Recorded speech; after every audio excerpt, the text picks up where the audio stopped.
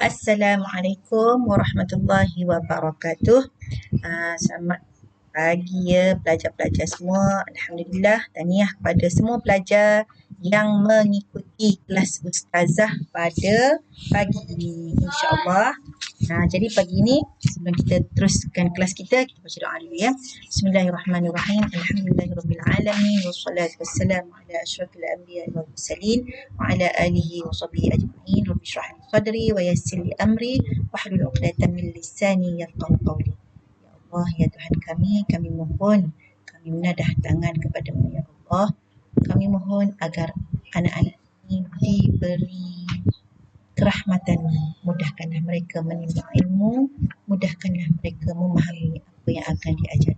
Rabbana atina fid dunya hasanah wa fil akhirati hasanah wa qina adzabannar. Wa sallallahu ala sayyidina Muhammad wa ala alihi wa sahbihi wasallam. Alhamdulillahirabbil alamin. Amin amin ya rabbal alamin. Baik ya para pelajar semua, alhamdulillah, tahniah sekali lagi ustazah ucapkan sebab kamu semua berada dalam kelas ustazah pada pagi ini. Jadi insya-Allah pagi ini sebagaimana biasa selalunya kita akan mengaji Quran kan. Jadi tak apa, untuk hari ini saya KIV dulu bab mengaji Quran. Kita terus kepada tajuk kita iaitu sambungan. Ya, sambungan semalam. Semalam kita dah belajar tentang muamalat Islam. Jadi untuk hari ini insya-Allah kita teruskan ya. Semalam kita dah cerita tentang unit 1 konsep muamalat Islam. Di mana konsep muamalat Islam ni belum tamat lagi. Jadi ustazah tunjuk sepintas lalulah ya, tentang maksud, hukum, dalil muamalat yang semalam lah yang kita bincang semalam. Ni dalil nakli muamalat Islam, matlamat ataupun apa dia sebab, apa dia objektif pensyariatan muamalat dalam Islam. Ini pelajar dah diterangkan semalam ya. Kepentingan memahami dan mengamalkan muamalat Islam ya, ada sebanyak ada dalam empat kepentingan. Okey, kepentingan, lepas tu ni spektrum ilmu kita dah terangkan maksud al-batil. Okey, ini dalil nakli ancaman, Allah mengancam orang-orang yang tidak mengikuti syariat dalam muamalat Islam. Kemudian contoh bagaimana Nabi SAW menjaga muamalat Islam ya. Kemudian spektrum ilmu di mana Allah menyatakan wailul lil mutaffifin, kecelakaan besarlah bagi orang-orang yang menipu. Kemudian kita dah bincang semalam perbandingan antara muamalat Islam dengan konvensional. Konvensional ni yang tak ikut Islam lah. Muamalat Islam ialah muamalat yang mengikut Islam. Baik.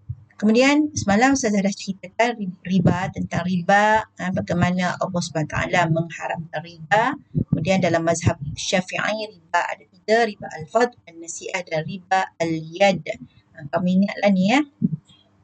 Baik, kemudian kita pergi kepada unsur-unsur yang diharamkan dalam muamalat Islam. Dah diterangkan ya, tentang unsur yang pertama riba, kemudian gharar, kemudian yang ketiga ialah judi. Dan juga yang keempat ialah gharar. Jadi pelajar semua dah faham apa yang dimaksudkan dengan keempat-empat unsur-unsur yang diharamkan dalam Islam. Baik ya pelajar semua, kita tengok satu persatu sambungan daripada yang semalam. Jadi untuk hari ini kita terus kepada pengertian rukun dan syarat akad dalam muamalat Islam.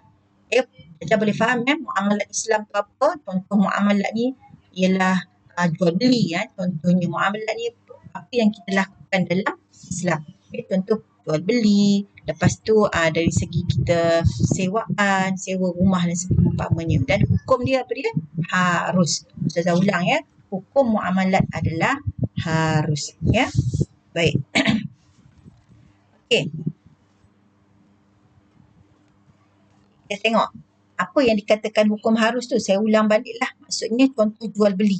Boleh tak kita buat jual beli? Boleh. Kalau kita tak nak jual beli, tak ada masalah. Boleh tak? Contohlah kita boleh makan tak? Boleh makan. Kalau kita tak nak makan, tak ada masalah. Jadi jatuhlah hukum harus. Okey, seterusnya pergi kepada maksud akad dalam muamalat Islam. Sekarang kita pergi kepada nak cerita apa yang dimaksudkan dalam akad. Akad ini ialah dalam bahasa dipanggil ikatan. ataupun simpulan. Itu dari segi bahasa. Manakala istilah pula ialah ijab dan qabul dalam urusan perniagaan dan juga keuangan. Kalau boleh, belajar boleh tengok ya muka surat 133 buku teks masing-masing. Boleh tengok samalah. Okay, dalam buku teks tu pun ada diterangkan. Ini dirujuk istilah ni ijab dan qabul, erti kepada akad tadi dalam urusan perniagaan dan keuangan ini diambil daripada Wahbah Az-Zuhaili dari kitab Al-Fiqhul Islami wa Adillatuh. Ini diambil daripada kitab yang masyhur lah. Bukan saja-saja dinyatakan. Okey pelajar. Next kita tengok semula. Kita tengok pula berkenaan dengan rukun dan syarat akad. Apa dia rukun, apa dia syarat akad. Okey, Ustazah terangkan di sini ya. Rukun akad. Ini rukun. Ini rukun. Satu bahagian. Kemudian kita tengok rukun tu apa? Rukun ialah sesuatu. Ni tengok. Ni rukun. Ni rukun. Rukun akad. Tengok. Dalam rukun ni apa benda rukun tentang akad ni? Iaitu pihak yang berakad satu. Ya, dia ada tiga. Kemudian sesuatu yang diakad. Yang ketiga sirah. Jadi ada tiga perkara yang melibatkan rukun akad. Yang pertama kita pergi pada yang pertama iaitu pihak yang berakad. Pihak yang berakad ni siapa? Penjual lah. Penjual dan juga pembeli. Penjual nak jual barang dia. Pembeli nak beli barang yang dijual oleh penjual. Itu dinamakan sebagai pihak yang berakad. Dalam sini tulisan Rumi dalam buku teks dia tulis Jawi ya. Jadi tak ada masalah. Sama je, bendanya sama. Jadi boleh rujuk buku teks masing-masing. Baik, rukun akad yang kedua, sesuatu yang diakad. Apa dia? Yang pertama, harga. Yang kedua, barang. Harga tu kena ditetapkan. Berapa harga kepada barang tersebut, barang yang nak dijual beli tu. Okay. Yang ketiga, rukun yang ketiga ialah sirah. Ya, sirah. Apa maksud sirah? Sirah ialah ijab wal qabul. Ijab, qabul. Ijab ni kita lafaz. Sirah ni lafaz lah. Aku jual kereta ni kepadamu. Qabul, aku terima kereta ni dengan sekian-sekian. Jadi di situ adalah sirah ataupun ijab dan qabul. Jelas ya pelajar? Kalau tak jelas, pelajar boleh tanya dalam chat. Type dalam chat tu, Ustazah akan jawab dalam chat. Jadi Ustazah harap pelajar boleh faham. Tanya terus ya. Okey. Kita pergi kepada seterusnya berkenaan dengan syarat-syarat akad dalam muamalat Islam. Syarat-syarat akad tadi kan kita bincang tadi kan tentang rukun-rukun akad. Jadi bila dah rukun dah settle, kita kena cerita pula apa dia syarat-syarat akad dalam muamalat Islam. Dia ada tentang syarat-syarat akad ni, maksudnya yang rukun-rukun akad tadilah kita cerita satu-satu. Baik, yang pertama tadi ialah pihak yang berakad. Rukun yang pertama ialah pihak yang berakad. Ni pihak yang berakad tadi, rukun yang pertama. Yang kedua ialah rukun apa? Rukun akad tadi, perkara yang diakadkan, dan yang ketiga ialah sirah. Okey? Baik, kita pergi kepada yang pertama. Pihak yang berakad. Okey, macam mana keadaan orang yang berakad? Orang yang berakad ni maknanya orang yang nak jual beli tu lah. Kalau dalam jual beli siapa orang tu? Ni pihak yang berakad ni. Yang pertama, penjual dan pembeli. Ya, penjual dan pembeli. Contoh kalau nak jual beli. Macam tu. Boleh? Okey, penjual dan pembeli ni dia mestilah baligh. Kalau tak baligh, tak jadi. Tidak sah. Kalau benda yang belian macam nak jual emas, nak beli emas, dia tak boleh. Okey? Kalau nak beli just gula-gula, tu lain lah. Benda yang simple macam tu, ni benda yang besar-besar ni. Okey, baligh satu. Yang kedua, dia mesti berakal. Kalau dia tak berakal, dia gila, tidak sah, tak jadi. Okay, yang ketiga ialah mampu memelihara dan mengurus hartanya, di mana penjual dan juga pembeli tu dia boleh pelihara. Maknanya dia boleh jaga barang yang nak dijual tu, dan dia boleh uruskan harta yang nak dijual tersebut. Baik penjual maupun pembeli. Jadi tiga benda ni mesti ada bagi pihak penjual dan juga pembeli. Boleh faham Baik, perkara yang kedua ialah dia mestilah melibatkan dua pihak dan bebas membuat pilihan. Kalau seorang-seorang je yang nak berniaga, tak ada orang nak beli, jadi tak? Tak jadi. Tak jadi. Kalau orang nak beli, orang je nak beli. Orang yang berniaga, jualnya tak ada. Tak jadi juga. Jadi kenalah libat dua-dua pihak. Penjual dan pembeli dan bebas membuat pilihan. Maknanya dia tidak dipaksa. Kalau dipaksa, dia tak jadi. Okey, jelas ya? Baik, kita pergi kepada seterusnya iaitu perkara yang diakadkan. Tengok, perkara yang diakad. Apa dia? Tengok, yang pertama, dia mestilah wujud ketika akad berlaku. Maknanya benda yang nak dijual tu ada. Ataupun benda yang nak disewa. Contoh dia nak sewa rumah. Rumah tu ada. Ataupun dia nak sewa kereta, nak pergi melancong, dia kena ada kereta. Bukan dia nak bawa kereta dia kan, tak boleh. Tahu. Jadi dia sewa dekat situ. Jadi ada. Jadi mestilah wujud. Benda yang nak diakad itu mestilah wujud ketika proses akad itu berlaku. Baik, perkara yang kedua ialah barang atau perkhidmatan yang diakadkan adalah halal. Tak bolehlah katalah dia nak sewa rumah. Dari segi sewaan lah, nak sewa rumah. Lepas tu rumah tu bukan hak dia pun, dia pinjam dengan orang lain. Jadi barang dia tu tidak boleh diangkatkan lah sebab rumah dia pun. Ataupun dia nak jual nak jual emas. Emas tu bukan dia punya, tapi mak dia punya. Dia nak jual. Tidak jadilah, tak sah. Sebab bukan milik dia. Bukan benda yang halal untuk dia niagakan. Boleh? Okay, yang ketiga dapat diserahkan ketika akad. Contohnya dia nak jual emas. Dia ada benda-benda contoh macam emas lah. Emas kan benda ribawi. Dia kena jual dan kena ambil dalam masa itu juga. Sepatutnya lah. Kalau macam sekarang ni benda-benda yang biasa-biasa kita beli. Contoh beli dekat Shopee. Boleh tak? Mungkin ada persoalan pelajar kata. Habis kalau macam tu kat Shopee tu macam mana? Sebab nak ambil masa semua kan. Tak ada masalah lah sebab tu bukan barang ribawi. Yang saya sebut yang mesti diserahkan ketika akad barang ribawi. Contoh apa barang ribawi? Emas. Emas ni kan duit. Duit tu menjadikan dia tu sebagai barang ribawi. Okey, jelas ya pelajar? Kalau tak jelas, pelajar boleh tanya dalam chat. Ya? Okey, ada soalan tak? Saya tunggu. Kalau ada soalan, boleh tanya dalam chat. Okey. Baik, kita pergi kepada yang ketiga. Okey. Pelajar baca dulu sekejap. Apa dia yang ketiga ni? Okey. Kalau ada soalan yang tadi boleh tanya ya. Saya bagi masa sekejap untuk kamu. Kamu tanya soalan. Kalau tak ada, Ustazah teruskan. Ada tak soalan? Kalau ada, tanya terus. Okay, baik. Ustazah pergi kepada yang ketiga. Syarat ataupun rukun akad yang ketiga. Tadi dah sudah pihak yang berakad. Kemudian sesuatu yang diakadkan tu barang. Dan yang ketiga kita pergi kepada sirah. Apa maksud sirah? Sirah ialah lafaz ijab dan qabul adalah sepadan. Lafaz ijab ni dia cakap, contoh dia kata macam ni. Ali menyatakan lafaz ijab. Ni lafaz ijab. Saya beli baju ini dengan harga RM100. Itu lafaz ijab. Kemudian Ahmad ni tuan baju berkata ya. Ataupun dia kata saya jual. Itu menunjukkan qabul. Itu bersetuju menerima tawaran tersebut. Okay, jelas ya? Apa dia ijab, apa dia qabul. Okay, baik. Perkara yang kedua, lafaz ijab dan qabul tidak terikat dengan syarat tertentu. Maknanya dia tak memberi syarat. Bila dia nak jual sesuatu atau nak beli sesuatu, dia tak ada meletakkan syarat. Contoh dia kata macam ni. Abdullah menyatakan, saya jual basikal awak ini.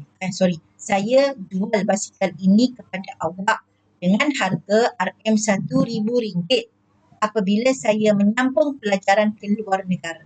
Maknanya dia bagi syarat bila dia sambung pelajaran ke luar negara, barulah dia jual dengan harga RM1,000. Jadi dia ada ikat di sini ialah menyambung pelajaran ke luar negara. Jadi ijab dan qabul itu tidak sah sebab ada syarat. Jelas ya? Okey.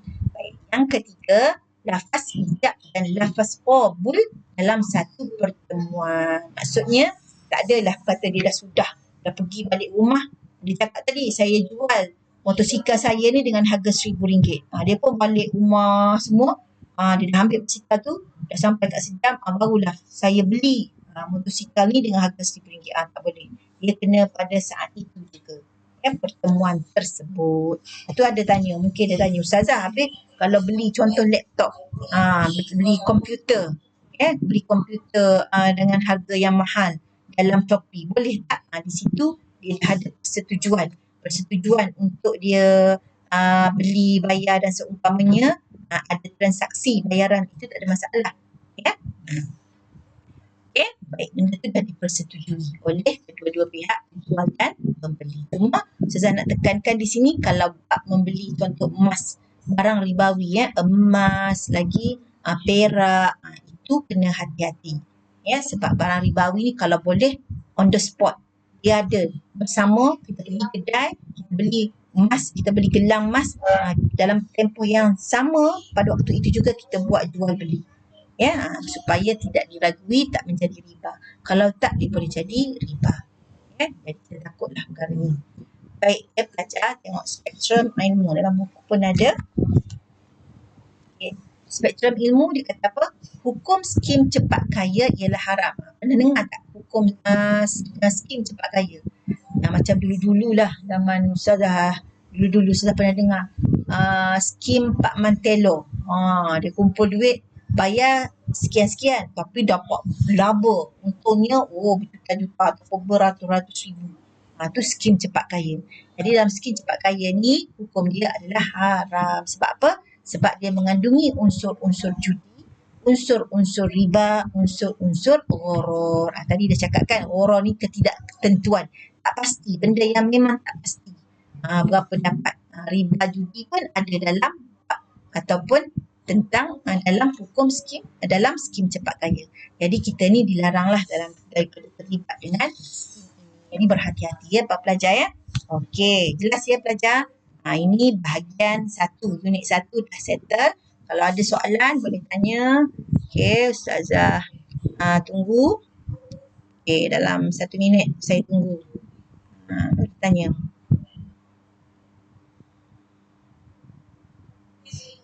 Soalan? Kalau ada terus tulis dalam chat tu InsyaAllah Ustazah terus jawab dekat chat tu. Baik. Kita tengok di sini ada latihan ni. Nyatakan maksud dan dalil muamalat Islam. Boleh tengok daripada jawapan yang telah kita pelajari lah kan. Okey. Senaraikan 4 rukun akad. Tadi kita dah bincang dah. Rukun akad. Rukun akad ada berapa? 4 ke? Rukun akad. Jadi kita dah tengok kan? Rukun akad ada berapa? 3 kan? Ditulis 4. Mungkin dia tersilap lah ni. Rukun akad ada 3. Pihak yang berakad. Kemudian sesuatu yang diakadkan dan juga syir. Okey, baik. Ni tengok ni. Ni boleh masuk dalam kebat. Pemuda rugi RM5,000 ditipu penjual kereta di internet. Huraikan pandangan anda. Kamu boleh gunalah bagaimana yang Ustazah dah ajar. Tapi di sini tak sepatutnya berlaku kan.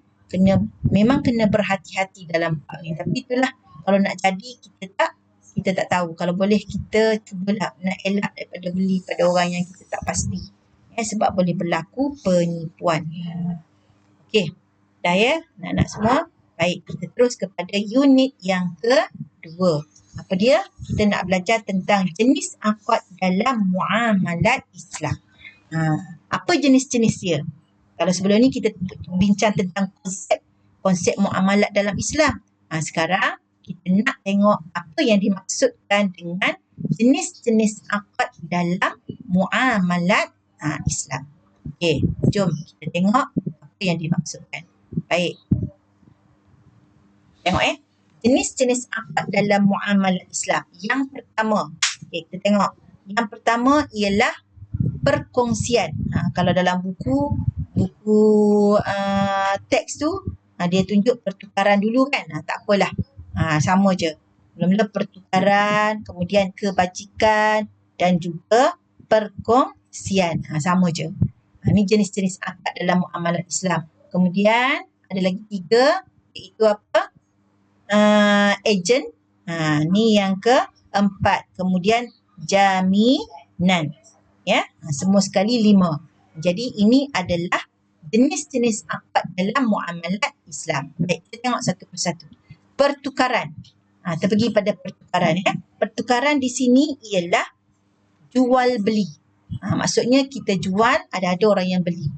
Ya. Kemudian sewaan. Sewaan ni kita pinjam, kita guna perkhidmatan dia dan kita bayar. Contoh perkhidmatan, contoh kita sewa rumah ataupun kita sewa kereta. Kita guna khidmat kereta tu, dia punya, kemudian kita bayar duit. Okay, sewaan. Baik, kebajikan. Muamalat Islam di sudut kebajikan. Apa dia? Ni kena ingat lah ni. Pertukaran, jual beli, sewaan. Kalau kebajikan, hibah. Hibah ni hadiah. Qard. Qard ni macam pinjaman lah. Wakaf. Wakaf dan juga wadi'ah. Wakaf ni kita bagi pada satu-satu pihak untuk guna harta yang kita ada. Wadi'ah ni simpanan. Simpanan. Baik. Yang ketiga ialah perkongsian. Perkongsian ni apa? Musyarakah. Ataupun satu lagi dipanggil mudharabah. Ini kamu kena ingat. Jenis-jenis muamalat. Yang pertama, pertukaran, iaitu jual beli dan sewaan. Yang kedua, kebajikan. Ada 4. Hibah, qard, wakaf dan juga wadi'ah. Yang ketiga, perkongsian, iaitu musyarakah dan juga mudharabah. Baik, kita tengok yang keempat dan yang kelima. Yang keempat ialah ejen. Ejen ni dipanggil wakalah. Wakalah. Nanti sekejap lagi kita bincang. Jaminan. Yang kelima dipanggil kafalah ataupun ar-rahnu. Kan selalu kamu dengarkan ar-rahnu kan. Kita belajar. Ini semua kelima-lima perkara ni iaitu pertukaran, kebajikan, perkongsian, ejen dan juga jaminan ini adalah jenis-jenis akad dalam muamalah Islam. Itu dia ya. Yang kamu faham. Baik, kita tengok seterusnya. Okey, pengertian dan contoh jenis akad dalam muamalah Islam. Kita tengok satu persatu. Tentang erti dan juga apa contoh dia. Baik, yang pertama ialah pertukaran. Pertukaran tadi, kita bincang tadi. Jual beli dan juga sewaan kan. Okey, pertukaran. Yang pertama, jual beli. Apa maksud jual beli? Jual beli ialah sesuatu akad pertukaran barang dengan barang dengan persetujuan penjual dan pembeli. Boleh faham? Contoh, Ustazah ada pen. Pen ni kita nak tukar. Akad, saya beli pen awak ni. Okey, saya setuju. Saya jual. Jadi akad pertukaran barang dengan barang. Maknanya barang dengan barang apa? Saya ada pen, saya nak jual kepada si A ada duit. Jadi pertukaran barang dengan barang dengan duit tersebut.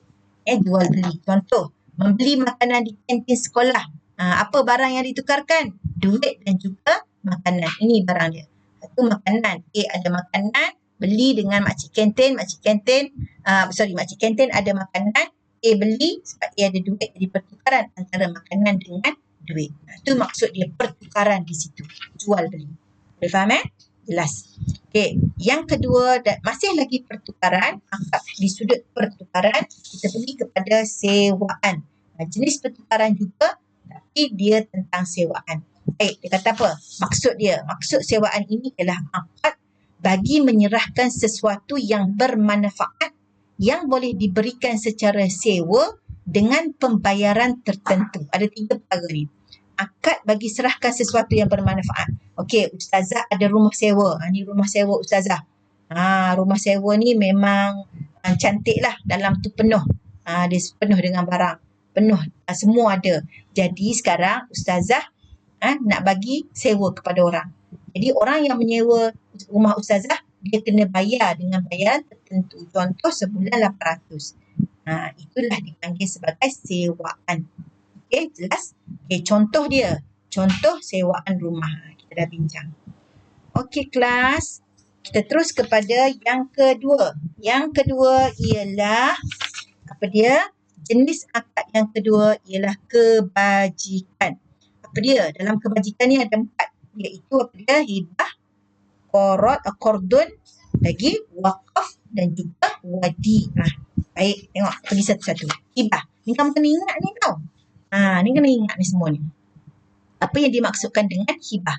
Hibah ialah memberikan sesuatu secara percuma dengan rela hati kepada orang lain ketika pemberi masih hidup.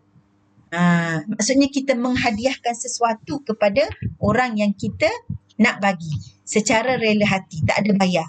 Contoh, ni, memberikan sebuah rumah kepada anak. Ustazah ada rumah, Ustazah nak bagi hibah kepada anak Ustazah. Jadi Ustazah bagilah. Ni rumah, ibu bagi pada awak. Jadi dia terima. Dan diberi dengan cara percuma, dengan ikhlas. Ya, tanpa mengharapkan bayaran dan seumpamanya. Itu ialah hibah. Ini di sudut kebajikan. Okay. Kita pergi kepada sudut akad yang kedua, masih lagi kebajikan, iaitu qard. Tu sebut sikit. Qard. Qard ni bahasa Arab. Melayu panggil pinjam, peminjaman. Ya. Maksudnya, kita memberikan hutang wang kepada orang lain tanpa sebarang imbuhan ataupun faedah. Ini bunga lah, riba. Di sinilah riba. Kalau ada imbuhan, ada faedah, ini adalah riba. Dan perlu membayar kembali dengan jumlah yang sama. Okay, contoh, memberikan hutang. Kamu nak pinjam duit. Ustazah nak bagilah pinjaman tu. Kamu nak pinjam Ustazah RM100. Jadi Ustazah berikan hutang RM100 itu kepada kamu. Ustazah tak ada cakap, okey bayar balik kena bayar, tambah RM10. Tak. Okay, itu nama dia qard. Dan perlu bayar kembali. Kamu kena bayar dalam tempoh sekian-sekian masa. Sama banyak dengan yang Ustazah pinjamkan. Memberi pinjam wang RM100 untuk kegunaan peribadi. Itu qard. Ya? Kebajikan.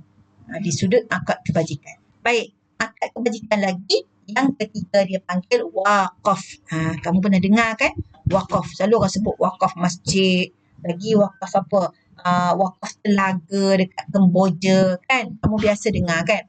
Okey, baik kita tengok maksud dia. Maksudnya ialah mewakafkan harta yang dapat diambil manfaatnya serta kekal fizikalnya untuk penggunaan baik dan untuk mendapat keredaan Allah Subhanahu Wa Taala. Contoh, seorang dia ada rumah.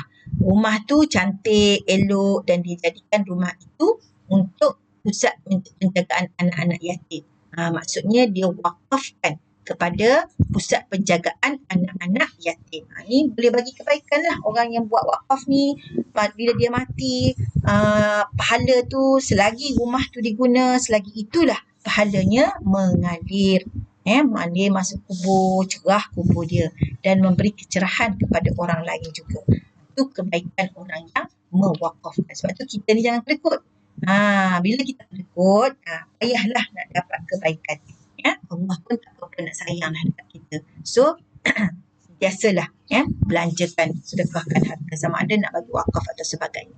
Baik, tengok pula yang keempat. Masih lagi akad kebajikan, dia wadi'ah. Sebut sikit. Wadi'ah. Apa maksud wadi'ah?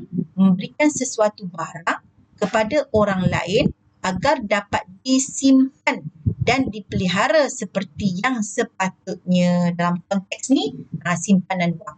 Ustazah ada duit, Ustazah simpan dekat tabung haji. Contoh.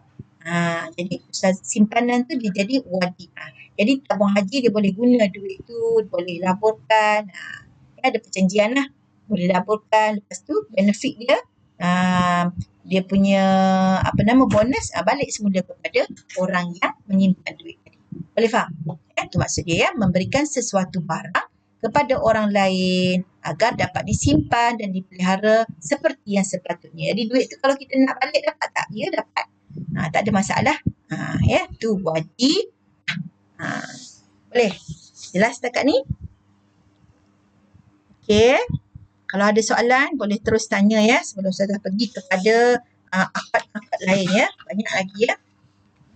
Tapi tak apa, kita teruskan sebab kita masih ada masa lagi, banyak lagi masa kita. Okey.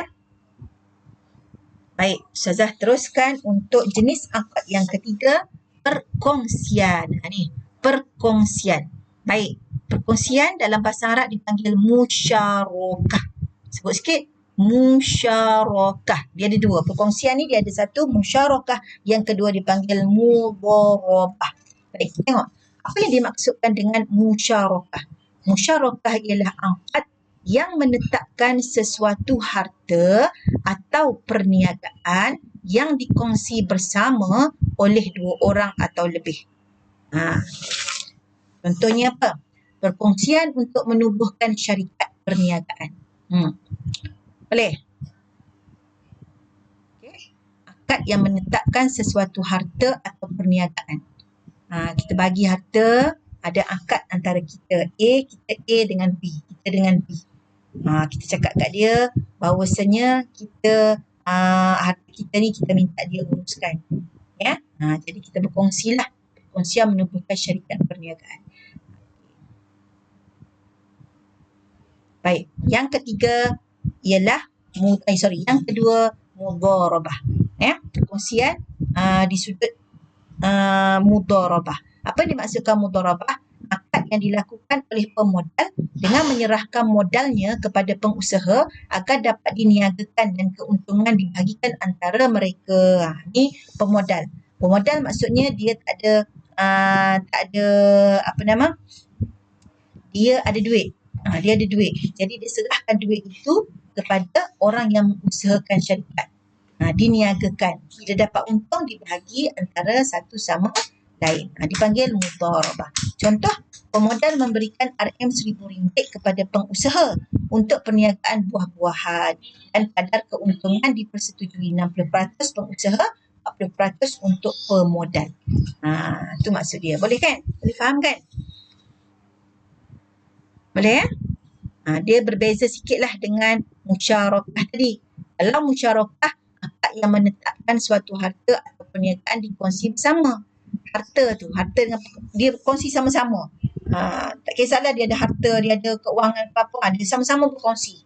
Berkongsi tubuh syarikat. Perkongsian tu nama dia musyarakah. Berbeza dengan mudharabah. Mudharabah ni dia ada duit, dia ada harta saja. Kemudian diserah kepada pengusaha. Pengusaha inilah yang niagakan. Dia susun strategi marketing dan sebagainya. Kemudian untung daripada situ dia bagi dua. Ya. Bukan bagi dua. Disetujui contohlah kadar keuntungan. Kalau nak bagi dua lah. Pulang lah kan. Contoh di sini kadar keuntungan 60% orang yang usahakan, 40% modal. Selalunya orang yang usahakan ni dia lebih lah sikit kan sebab dia yang buat kerja pemodal ni dia bagi modal je. Yang kerja banyaknya pengusaha lah. Jadi lebihlah sikit persen dia dapat. Itu pulanglah kepada persetujuan antara dua-dua pihak. Baik. Yang ketiga, kita tengok ejen. Okay. Akad, jenis akad yang seterusnya, yang kedua pula. Yang keempat, jenis akad yang keempat ialah ejen. Okay, ejen ni dipanggil dalam bahasa Arab wakalah. Ya, wakalah. Maksud dia apa? Mewakilkan pekerjaan tertentu yang boleh dikerjakan kepada orang lain. Dia wakilkan. Kerja dia tu dia bagi ke orang lain. Ya? Okay, contoh dia macam mana? Arsyad mewakilkan Syafiq untuk menjual sebuah rumahnya dan Syafiq akan dibayar imbuhan yang dipersetujui. Macam broker lah. Macam broker. Kalau bab jual rumah ni, macam broker. Arsyad, dia cari broker nama dia Syafiq. Jadi Syafiq ni tolonglah jual rumah sebab Arsyad nak jual rumah, nak buat sendiri mungkin dia sibuk dari segi masa dan sebagainya. Jadi Syafiq ni pula memanglah orang yang buat jual rumah ni dia memang tahu. Dia memang buat kerja tu. Jadi Arsyad pun wakilkanlah kepada Syafiq. Dalam proses mewakilkan ni nama dia wakalah. Ya, mewakilkan pekerjaan tertentu yang boleh dikerjakan kepada orang lain. Dia boleh buat tapi dia minta orang lain buat. Lagi sesuai, ya. Dan dibayarlah mengikut dipersetujui berapa. Boleh. Itu ejen. Nama dia ejen. Ejen bahasa kita lah. Tapi dari segi bahasa Arab sebenarnya, kalau ikut bahasa Islam sebenarnya, wakalah. Okay, next. Jaminan. Yang ke-15. Jenis akad yang terakhir dalam muamalah Islam yang kita nak bincangkan ialah jaminan. Baik kita tengok sekejap apakah yang dimaksudkan dengan jaminan. Kalau kamu ada soalan boleh tanya ya dekat chat tu. Baik. Okay, jaminan. Kafalah.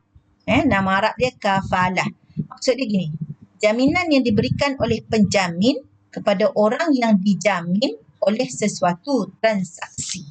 Okey, dijamin atas sesuatu transaksi. Contoh, Muhammad menjadi penjamin kepada Ahmad yang membuat pembiayaan daripada sebuah bank.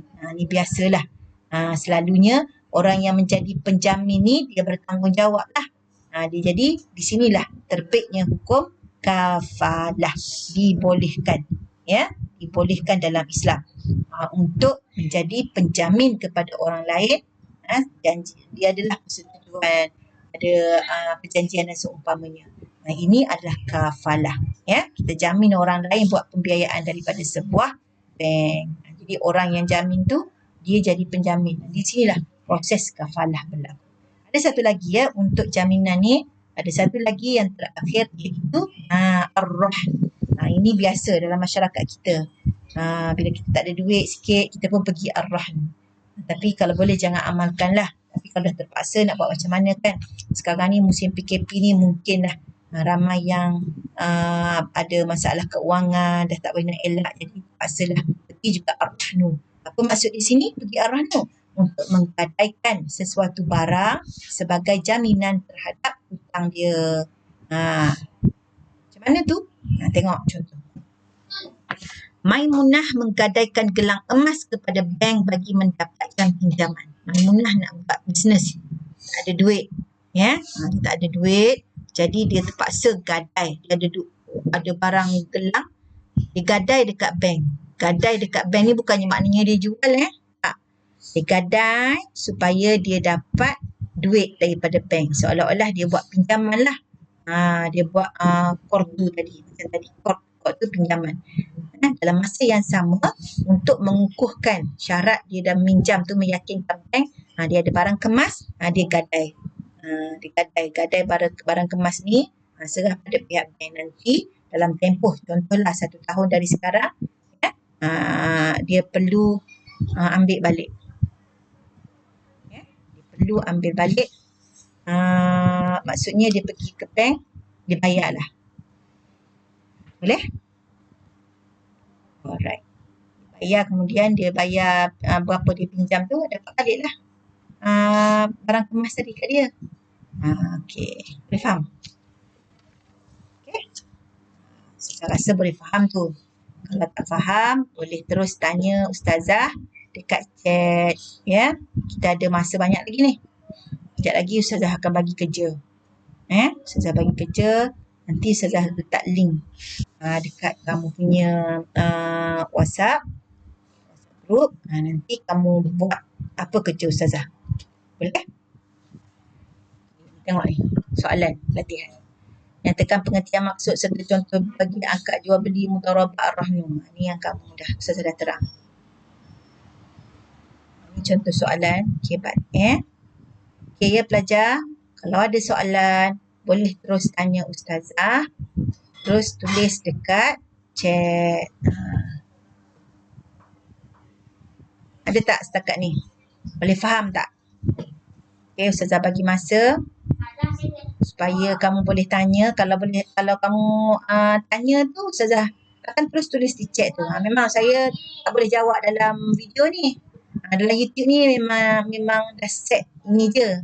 YouTube-nya dia tak boleh bersoal jawab dalam YouTube. Tapi tak apa, dalam chat kita boleh bersoal jawab. Ustazah bagi masa, ya.